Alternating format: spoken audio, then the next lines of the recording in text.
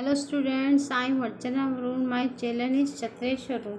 हम जो हमने कल किया था उससे आगे कंटिन्यू करेंगे।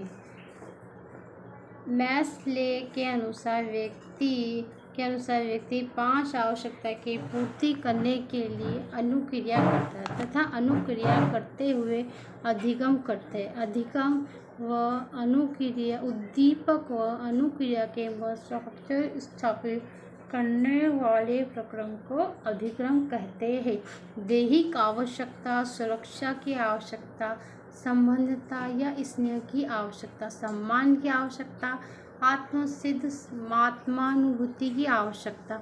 अधिगम के सिद्धांत को मुख्य रूप से 2 भागों में बांटा गया: साहचर्य परिधि व्यवहारिक सिद्धांत, थार्नडाइक उद्दीपक अनुक्रिया सिद्धांत, पावलोव अनुकूलित अनुक्रिया सिद्धांत, स्किनर सक्रिय अनुबंधित सिद्धांत, क्लार्क पुनर्बलन का सिद्धांत, गुथरी प्रतिस्थापन सिद्धांत, केंद्रीय क्षेत्रीय संज्ञात्मक सिद्धांत, मैक्स वर्दीवर कोहलर कोफका गेस्टाल्ट सिद्धांत, अल्बर्ट बांडुरा सामाजिक अधिगम सिद्धांत, टॉलमैन चिन्ह सिद्धांत, डी कूट लेविन तल रूप सिद्धांत क्षेत्रीय सिद्धांत, जेरोम ब्रूनर का रचनात्मक अधिगम सिद्धांत, आसू बेल का अधिगम सिद्धांत, कार्ल रोजर अनुभव अन्य सिद्धांत, मेस्लो का आवश्यकता पदानुक्रमिक सिद्धांत। अधिगम के प्रकार।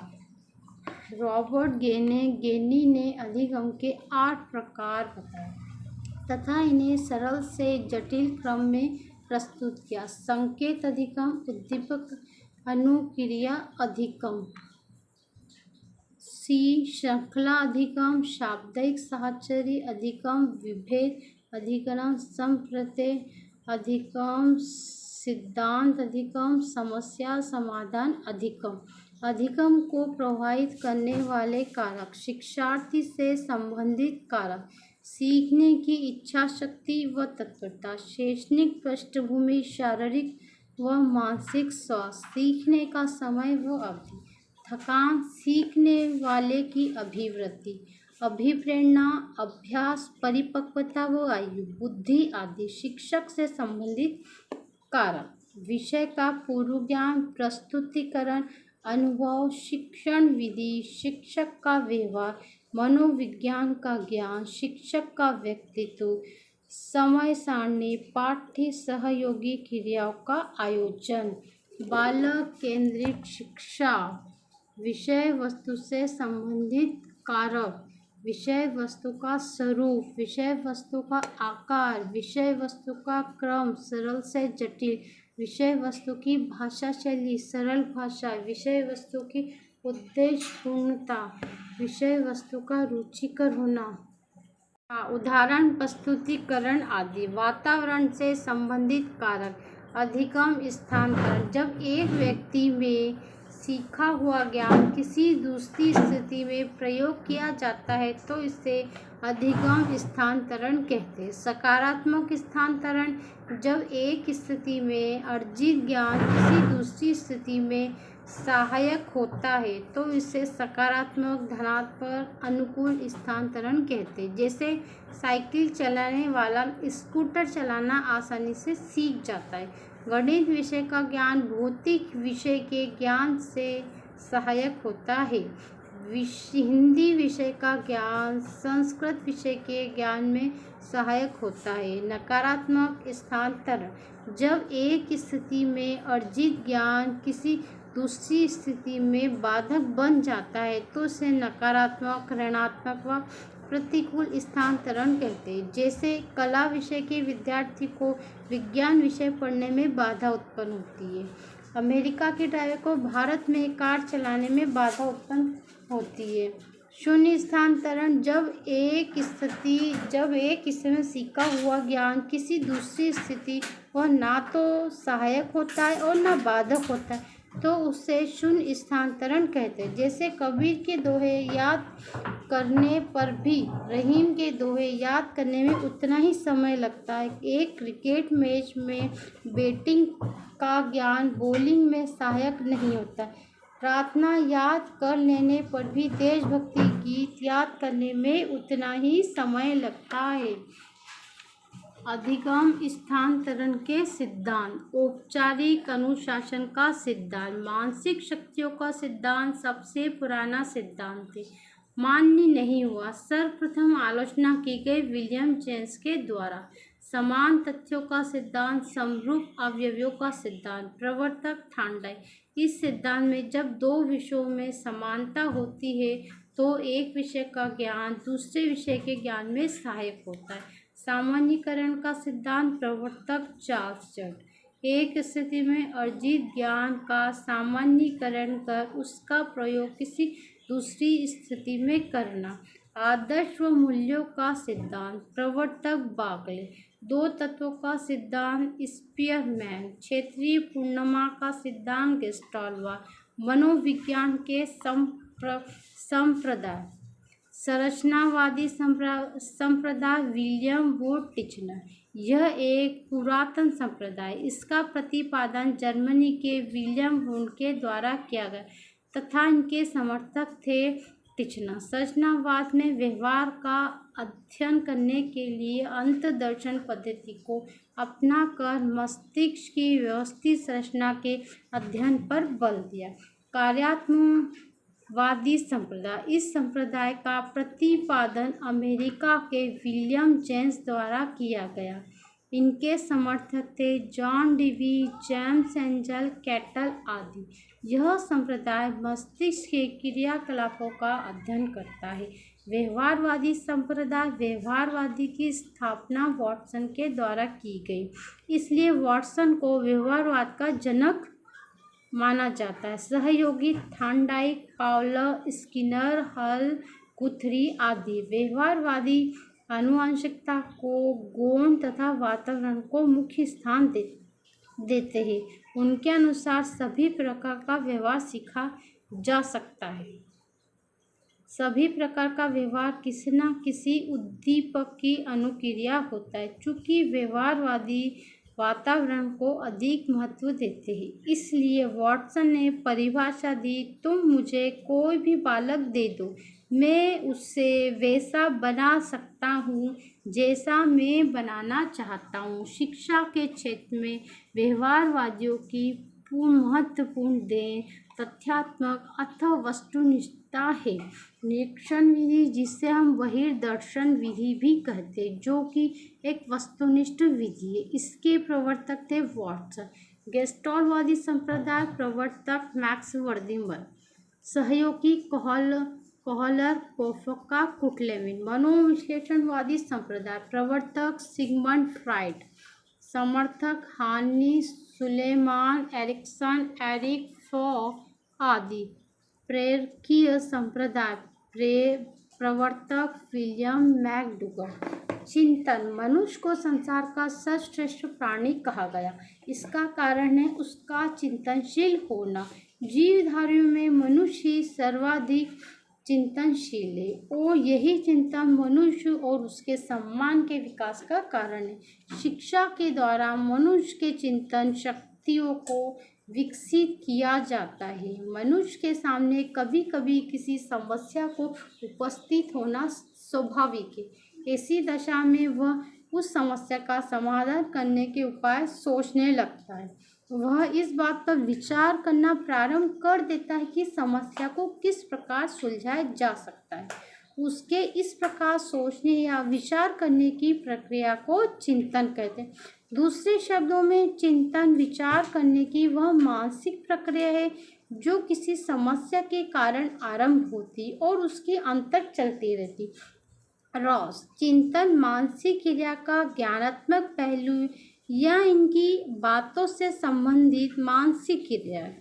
या वैलेंटाइन। चिंतन शब्द का प्रयोग उस क्रिया के लिए किया जाता है जिसमें श्रृंखलाबद्ध विचार किसी लक्ष्य या उद्देश्य की ओर अविराम गति से प्रभावित होती है। रेबन। चिंतन इच्छा संबंधित प्रक्रिया है जो किसी असंतोष के कारण आरंभ होती है और प्रयास एवं त्रुटि के आधार पर चलती हुई उस अंतिम स्थिति पर पहुंच जाती है तो इच्छा को स्पष्ट करती। चिंताओं की विशेषता। विशिष्ट गुण। चिंतन मानव का एक विशिष्ट गुण है जिसकी सहायता से वह अपनी बर्बर अवस्था से सभ्य अवस्था तक पहुंचने में सफल हुआ। मानसिक क्रिया। चिंतन मानव की इच्छा, असंतोष, कठिनाई या समस्या का कारण आरंभ होने वाली एक मानसिक प्रक्रिया। भावी आवश्यकताओं की पूर्ति हेतु व्यवहार। चिंतन किसी वर्तमान या भावी आवश्यकता को पूर्ण करने के लिए एक प्रकार का व्यवहार है। हम अंधेरा होने पर बिजली का स्विच दबाकर प्रकाश कर लेते और मार्ग पर चलते हुए सामने से आने वाली मोटर को देखकर एक और हट जाते। समस्या समाधान। चिंतन उस समस्या आरंभ होता है जब व्यक्ति के समझ कोई समस्या उपस्थित होती है और वह उसका समाधान खोजने का प्रयत्न करता है। अनेक विकल्प। चिंतन की सहायता से व्यक्ति अपनी समस्या का समाधान करने के लिए अनेक उपाय पर विचार करता है और अंतिम वह उनमें से एक का प्रयोग करके अपनी समस्या का समाधान करता है। समस्या समाधान तक चलने वाली प्रक्रिया। इस प्रकार चिंतन एक पूर्ण और जटिल मानसिक प्रक्रिया जो समस्या की उपस्थिति के समय से आरंभ होकर उसके समाधान के अंत तक चलती रहती है। चिंतन के प्रकार। प्रत्यक्षात्मक चिंतन। इस चिंतन का संबंध पूर्व अनुभव पर आधारित वर्तमान की वस्तुओं से होता है। माता पिता के बाजार से लौटने पर यदि बालक को उनसे काफ़ी दिनों तक टॉफ़ी मिल जाती है तो जब वे बाजार से लौटते तभी टॉफ़ी का विचार उसके मस्तिष्क में आ जाता है और वह दौड़ता हुआ उनके पास जाता है। यह निम्न स्तर का चिंतन है। अंततः यह विशेष रूप से पशुओं बालकों में पाया जाता है। इसमें भाषा और नाम का प्रयोग किया जाता है। प्रत्यात्मक चिंतन। इस चिंतन का संबंध पूर्व निर्मित प्रत्ययों से होता है जिनकी सहायता से भविष्य के किसी निश्चय पर पहुंचा जाता है। कुत्ते को देखकर बालक अपने मन में प्रत्यय का निर्माण कर लेता है, अतः जब वह भविष्य में कुत्ते को फिर से देखता है तब वह उसकी ओर संकेत करके कहता है। कुत्ता। इस चिंतन में भाषा और नाम का प्रयोग किया जाता है। कल्पनात्मक चिंतन। इस चिंतन का संबंध पूर्व अनुभव पर आधारित भविष्य से होता है। जब माता पिता बाजार जाते हैं तब बालक कल्पना करता है कि वे जहाज से लौटने पर उसके लिए टॉफ़ी लाएंगे। इस चिंतन में भाषा और नाम का प्रयोग नहीं किया जाता। तार्किक चिंतन। यह सबसे उच्च प्रकार का चिंतन है। इसका संबंध किसी समस्या समाधान से होता है। जॉन डीवी ने इसको विचारात्मक चिंतन की संज्ञा दी। चिंतन के विकास के उपाय। भाषा चिंतन के माध्यम और अभिव्यक्ति की आधारशिला। अतः शिक्षक को बालकों के भाषा ज्ञान में वृद्धि करनी चाहिए। ज्ञान चिंतन का मुख्य स्तंभ। अतः शिक्षक को बालकों के ज्ञान का विस्तार करना चाहिए। तर्क, वाद विवाद और समस्या समाधान चिंतन शक्ति का प्रयोग करने का अवसर देता है। अतः शिक्षक को बालकों को इन बातों के लिए अवसर देने चाहिए। उत्तरदायी चिंतन को प्रोत्साहित करना चाहिए। अतः शिक्षक को बालकों के उत्तरदायित्व के कार्य सौंपने चाहिए। रुचि और जिज्ञासा का चिंतन में महत्वपूर्ण स्थान। अतः शिक्षक को बालकों की इन प्रवृत्तियों को जागृत रखना चाहिए। प्रयोग, अनुभव और निरीक्षण चिंतन को शक्तिशाली बनाते हैं। अतः शिक्षक को बालकों के लिए इनसे संबंधित वस्तुएं जुटानी चाहिए। शिक्षक को अपने अध्यापन के समय बालकों से विचारात्मक प्रश्न पूछकर उनकी चिंतन की योग्यता में वृद्धि करनी चाहिए। शिक्षक को बालकों के विचार करने और अपने विचारों को व्यक्त करने के लिए प्रोत्साहित करना चाहिए। शिक्षकों को प्रश्न पत्र में ऐसे प्रश्न देने चाहिए जिनके उत्तर बालक भली भांति विचार करने के बाद ही दे सके। शिक्षक को बालक में निष्क्रिय रटने की आदत नहीं पड़ने देना चाहिए, क्योंकि इस प्रकार का रटना चिंतन का घोर शत्रु है। शिक्षक को बालकों की समस्या को समझने और उसका समाधान खोजने के लिए प्रेरित करना चाहिए। यह उपाय बालकों में चिंतन और अधिगम दोनों की प्रक्रियाओं के विकास में योगदान देता है। अभिप्रेरणा अंग्रेजी शब्द मोटिवेशन का हिंदी रूपांतरण है, जिसकी व्युत्पत्ति लैटिन शब्द मोटम से हुई है, या मोटम अर्थात गति करना। इस प्रकार शाब्दिक रूप से जो भी कारक जीवन को गति देता है या किसी कार्य को करने के लिए उत्तरदायी होता है, वह अभिप्रेरणा है। किसी कार्य को करने के लिए उत्तरदायी होता है, वह अभिप्रेरणा के शाब्दिक अर्थ में हमें अनुक्रिया को रोकने का बोध होता है। मनोवैज्ञानिक अर्थ में प्रेरणा से हमारा अभिप्राय केवल आंतरिक उत्तेजनाओं से होता है, जिन पर हमारा व्यवहार आधारित होता है। इस अर्थ में बाह्य चेतनाओं को कोई महत्व नहीं दिया जाता। दूसरे शब्दों में प्रेरणा एक आंतरिक शक्ति है जो व्यक्ति को कार्य करने के लिए प्रेरित कर सकती है। यह एक अदृश्य शक्ति है जिसको देखा नहीं जा सकता, केवल अनुमान लगाया जा सकता है। परिभाषा क्रेच एवं क्रचफील्ड। प्रेरणा का प्रश्न क्यों का प्रश्न है। The question of motivation is the question of why. हम क्यों खाते हैं, धन क्यों चाहते हैं, काम क्यों करते हैं, इस प्रकार के सभी प्रश्न का संबंध प्रेरणा से है। गुण प्रेरणा कार्यों को आरंभ करने, जारी रखने और नियमित करने की प्रक्रिया है। एवरेंट प्रेरणा का अर्थ है सजीव प्रयास। यह कल्पना की क्रियाशील बनाती है। यह मानसिक शक्ति को गुप्त और अज्ञात स्रोतों को जागृत और प्रयुक्त करती है। यह हृदय को स्पंदित करती है। यह निश्चय, अभिलाषा, अभिप्राय को पूर्णता मुक्त करती है। यह बालक में कार्य करने, सफल होने और विजय पाने की इच्छा को प्रोत्साहित करती है। स्किनर अभिप्रेरणा सीखने का सर्वोत्तम राजमार्ग है। लावेल अभिप्रेरणा एक मनोवैज्ञानिक या आंतरिक प्रेरणा है जो किसी आवश्यकता की उपस्थिति में उत्पन्न होता है।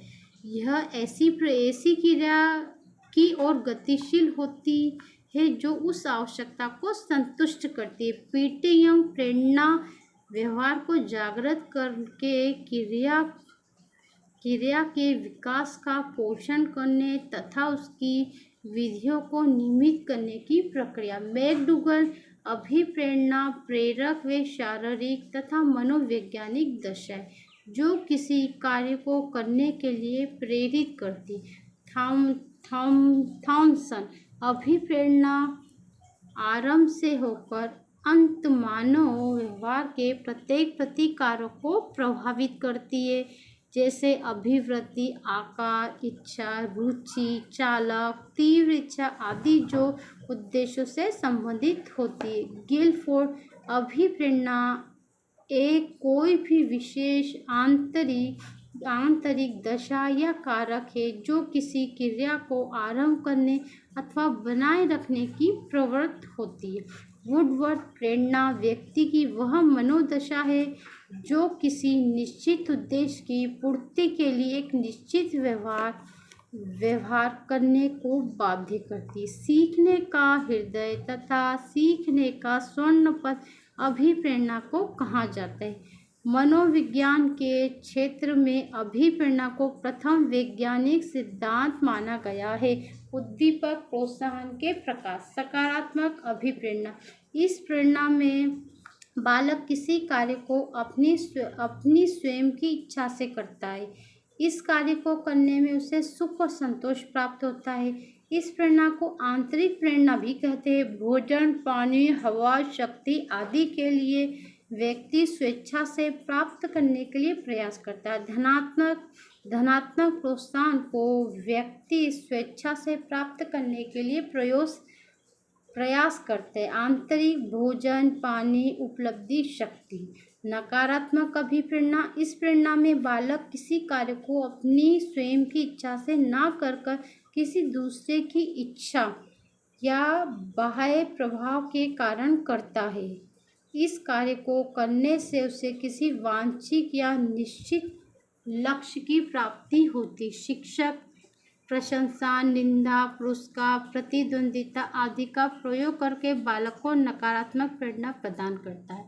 इस प्रेरणा करके बालक को नकारात्मक प्रेरणा प्रदान करता है। नकारात्मक अभिप्रेरणा व्यक्ति के लिए पीड़ादायी होती और व्यक्ति उससे बचना चाहता है, जैसे दंड, क्षति, अपमान, असफलता आदि।